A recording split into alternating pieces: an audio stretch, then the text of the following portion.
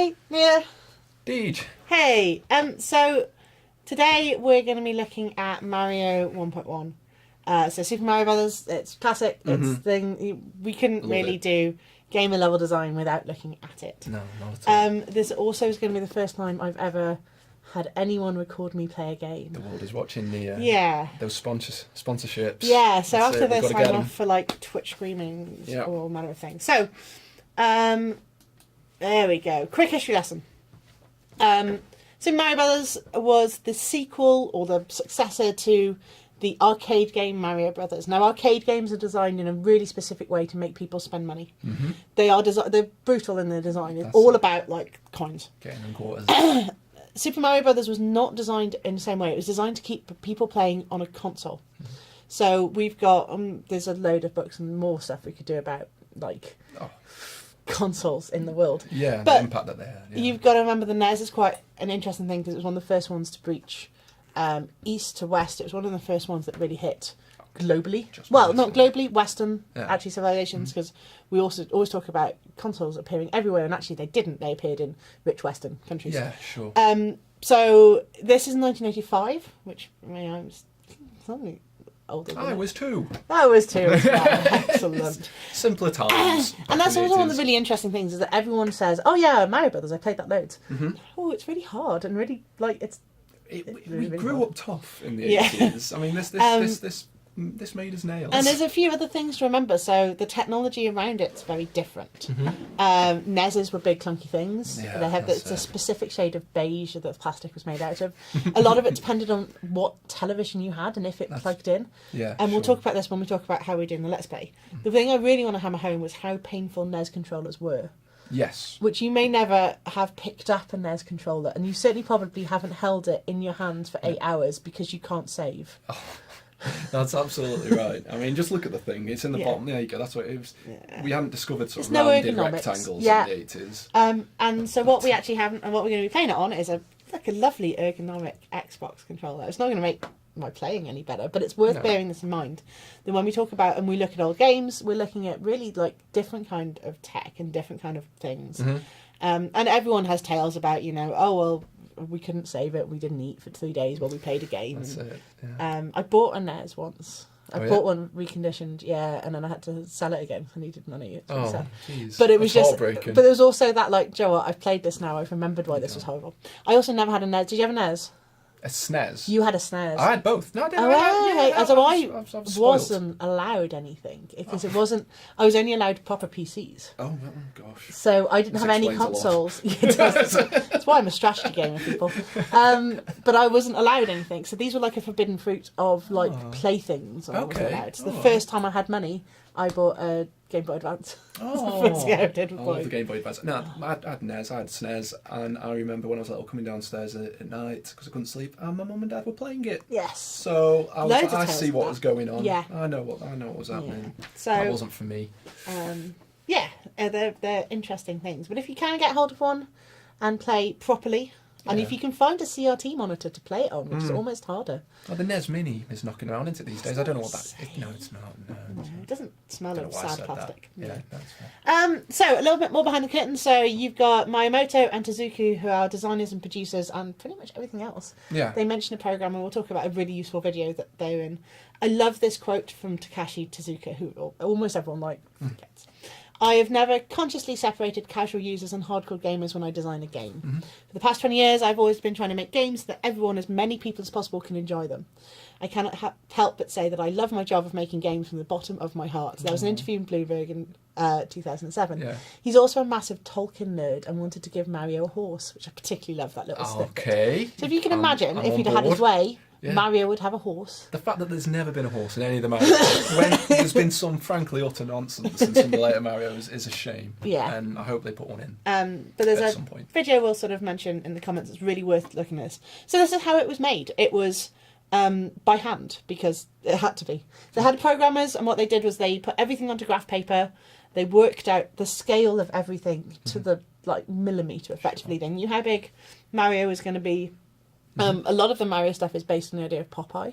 So that love triangle of a monkey, a carpenter, and a girl Yes. Not too dissimilar from Bluto Olive Island. Okay. But they I'm couldn't with get you. the rights to Popeye, so they made their own one. Very interesting. Yeah. Travel or something. There you go. But yeah, so everything was hand drawn, then it was given to programmers, and then they basically found out 3 days later whether what they'd drawn worked or not. In the comments, like I said, we'll link to an amazing little video that they made as part of the release for Mario Maker, which was effectively giving people that toolkit to make Mario levels. Yeah, how times change. But yeah, it's a really interesting thing.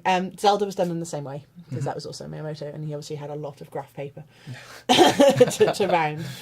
But paper prototyping is really important, because that gives everyone knew exactly what to do. No one, it wasn't like this is an idea in my head, it's something different. You have graph paper, you know what you're doing. Yeah, that's it. You can cut away sort of all the and they complexities used of tracing programming. paper in order to work out how far things could jump and things. It's a really interesting phrase. So, like I said, that video that I mentioned there, we'll put in the comments, because it's really worth watching, and Nintendo have much better production values than we do. Well, there you go, for sure, as we will soon see. So, we're using an emulator.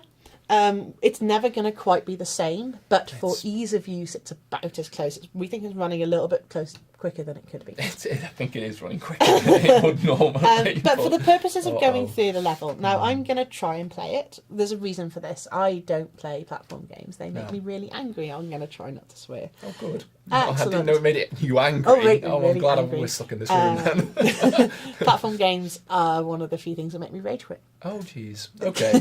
Well, But that's a really important thing. 1-1, So you'll be fine. one of the things, certainly, that our students do is that they kind of forget that not everyone is as used to games as they are. Sure. Yeah. Very true. And what you need to think of as designers is designing for everyone. And that includes people who aren't used to playing games but will be one day. So that can be children, that can be people's parents, that can be grannies, that can be everyone else. That can be people who there is always going to be a new chance of people who have never picked up a controller. Absolutely. And if you've ever just given a controller to someone and gone, well, just play it. Yeah. Then they kind of go, oh, there's all these buttons. Yeah, no, that's right. And so you that's- don't want them to sit through a tutorial or anything. No. Do you? I mean, and we'll get onto that actually in a minute. Yeah. But, how Mario does that without. So how boring far tutorial. I'll get through this. Don't matter.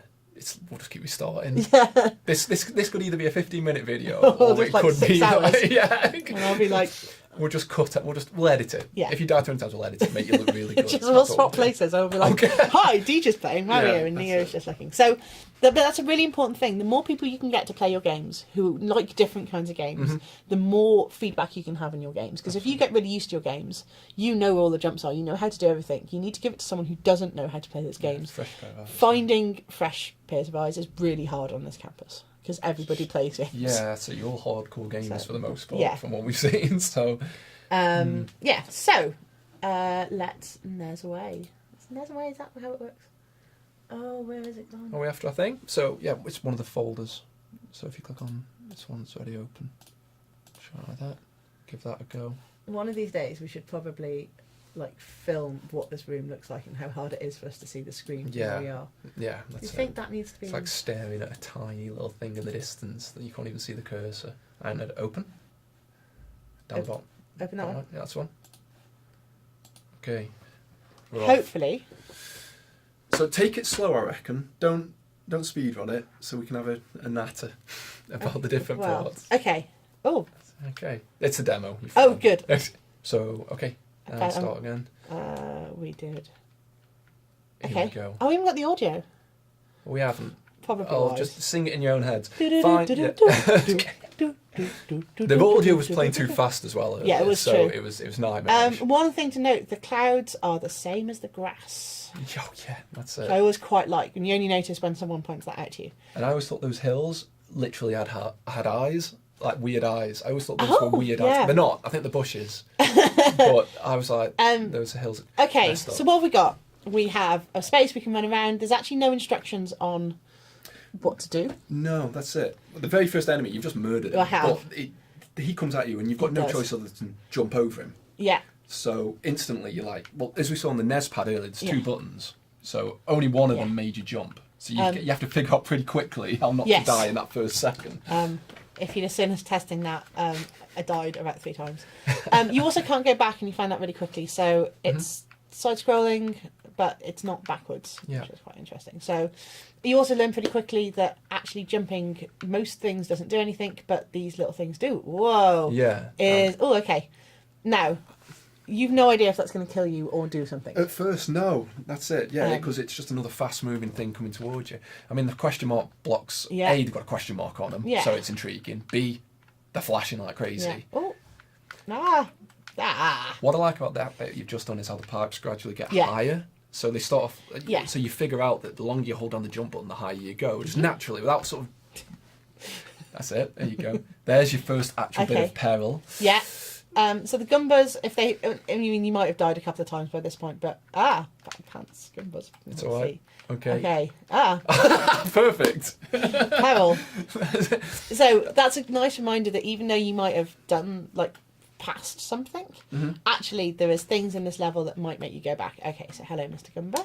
Good thing is as well, this is level 1. So the fact that you have died, you haven't gone back that far. No. So it's a quick cycle of getting back into the game. And I now know this mushroom isn't going to kill me, which is quite nice. Hit the coins. Although I don't know what coins are doing, to be honest. No, you don't. But I remember I saw an interview with Miyamoto where he talked about the coins, and he said you hit the block and a coin appears and it makes you feel good. Okay. And I was like, yeah, I can agree with that. You also suddenly learn that like quick jumping over lots of them gets you points. Yeah. Now, if I wanted to save a Gumba. Nice. Oh, no, he's going to follow me. Brilliant. Perfect. Ooh. There you go. Hello. So that's obviously different. And It is. Oh. Get a change of clothes. Yeah. Oh. It doesn't tell you press the other button to do the fireball. It doesn't mention that at all. Does it? Does that what No, it it does? doesn't tell you. Oh, no, it doesn't. But again, there's only 2 buttons on the joypad, so How many fireballs can I there do? you go. You can just keep going until Can you I? get hit. Yeah. Oh, okay. You're an unstoppable. This is how murdering powerhouse. infrequently I play. Oh, I've just noticed I have timer running down. Mm-hmm. Good. Can you run And it? it's going down at double time actually because I think Oh, this good. emulator's running a bit quick. So Excellent. no pressure. I don't get as many points for firing at things with a gun. I've noticed that. Yeah, it's easy mode kind of. Is that that's a checkpoint? No. No, but I mean that's kind of building up to this one because if you fell down that first one, you wouldn't have died. But that one, you're very much dead. Hey, bouncy fireballs. Coins. Although I still don't know what coins are doing. And this feels like a point of no return. Right. Yes. Yeah. I'm not going to be able to go back from that. Way. There you go. Excellent. Oh, does it? Isn't it that it depends on how high you get up? The higher you go, yeah, and you kind of that's it. You've seen that, and you're like, oh, interesting. Maybe if I'd jumped a bit higher, I would have got more points. Shall we do level 2? Let's see what happens in level 2. I've still got the fireball. That's going on. Not anymore. You haven't. It's a shame that I haven't got the music because the music for this level. Oh no, the music for this level is very close to my heart. Right. And there's a chance that when I'm not doing anything else, this music is playing in my head. Is it? Or just constantly. So what's really nice about this as well is I missed the magic mushroominess, but I could still complete this. I'm not being punished for missing out on something. That's it. That's really important because actually people do miss stuff. They miss stuff all the time. It might mean that I can't get to something. I'm assuming I can't get to those. Hello. Oh, solid effort. Solid. That's life. But that's also mean I haven't gone back to the first one. So I also now know there's something here that's going to be quite cool. Mm-hmm. So one of these is going to give me a power-up. There we go, giant mushroom. Incidentally, don't just eat random mushrooms that appear. That's it, yeah. But it means that bit is a lot easier to do. Mm-hmm. So, you got it? Can I not? Oh. So Oh, okay. smash them. Smash them. I'm not a destructive person. No, you can only do this when you're Big Mario as well. Okay. Which, rage issues, I guess, of suddenly becoming giant. There you go. So this is where you kind of, if you're little Mario, you can run through. You couldn't do that if you were big. If you're big, you have to smash your way through. So again, it's just sort of introducing the different ways of actually completing the levels. Which is really nice because I don't feel punished. Obviously, I died again. Yeah. But game over. That's the story of my life. This is one of the, we still have to remember this is a game from the 80s, so you very much can die and it is game over and you're back to the start. And funny how we have a lot of these games nowadays, roguelikes. But I've got a score. I've got a reason to replay this. Absolutely. I've got and you might have your buddy next to you who can go, I can do better than that. Mm-hmm.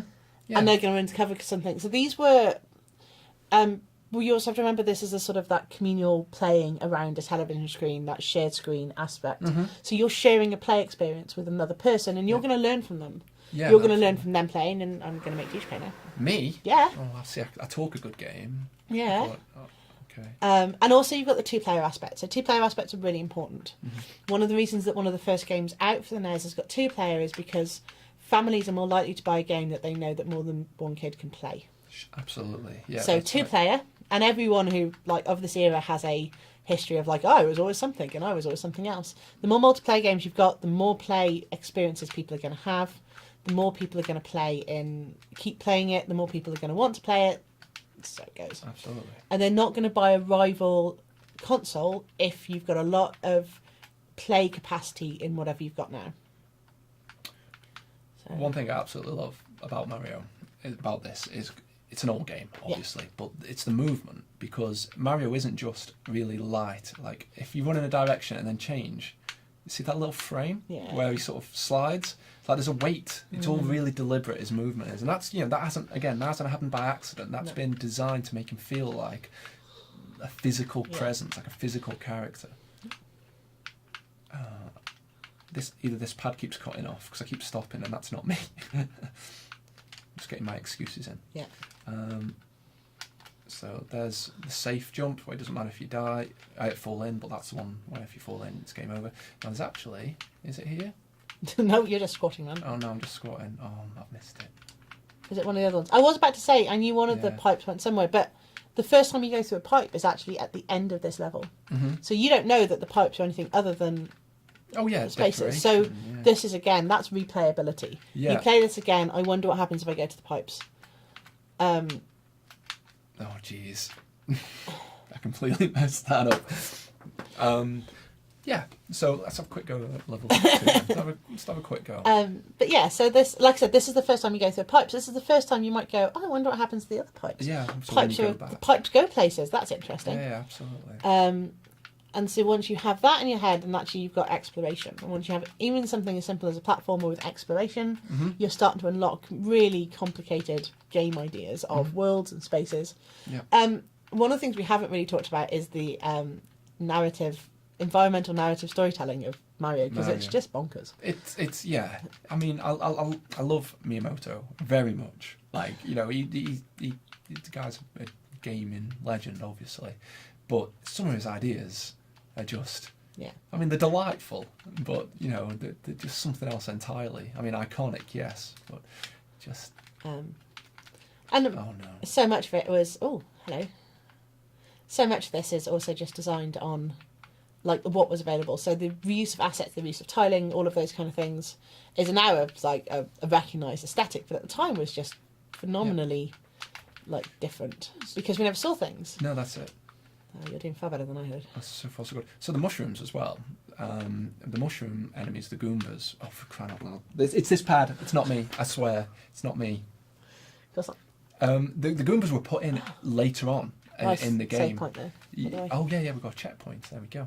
The Goombas were put in later on because they needed an easier enemy than the Koopa Troopers, the ones with the shells, and they had just enough memory left for 2 frames of animation. Plus the death one. But so all the mushroom does is just flick between left foot, right foot, left foot, right foot. So they put them in as like a slightly easier enemy. I've always just loved the aesthetic of a Goomba.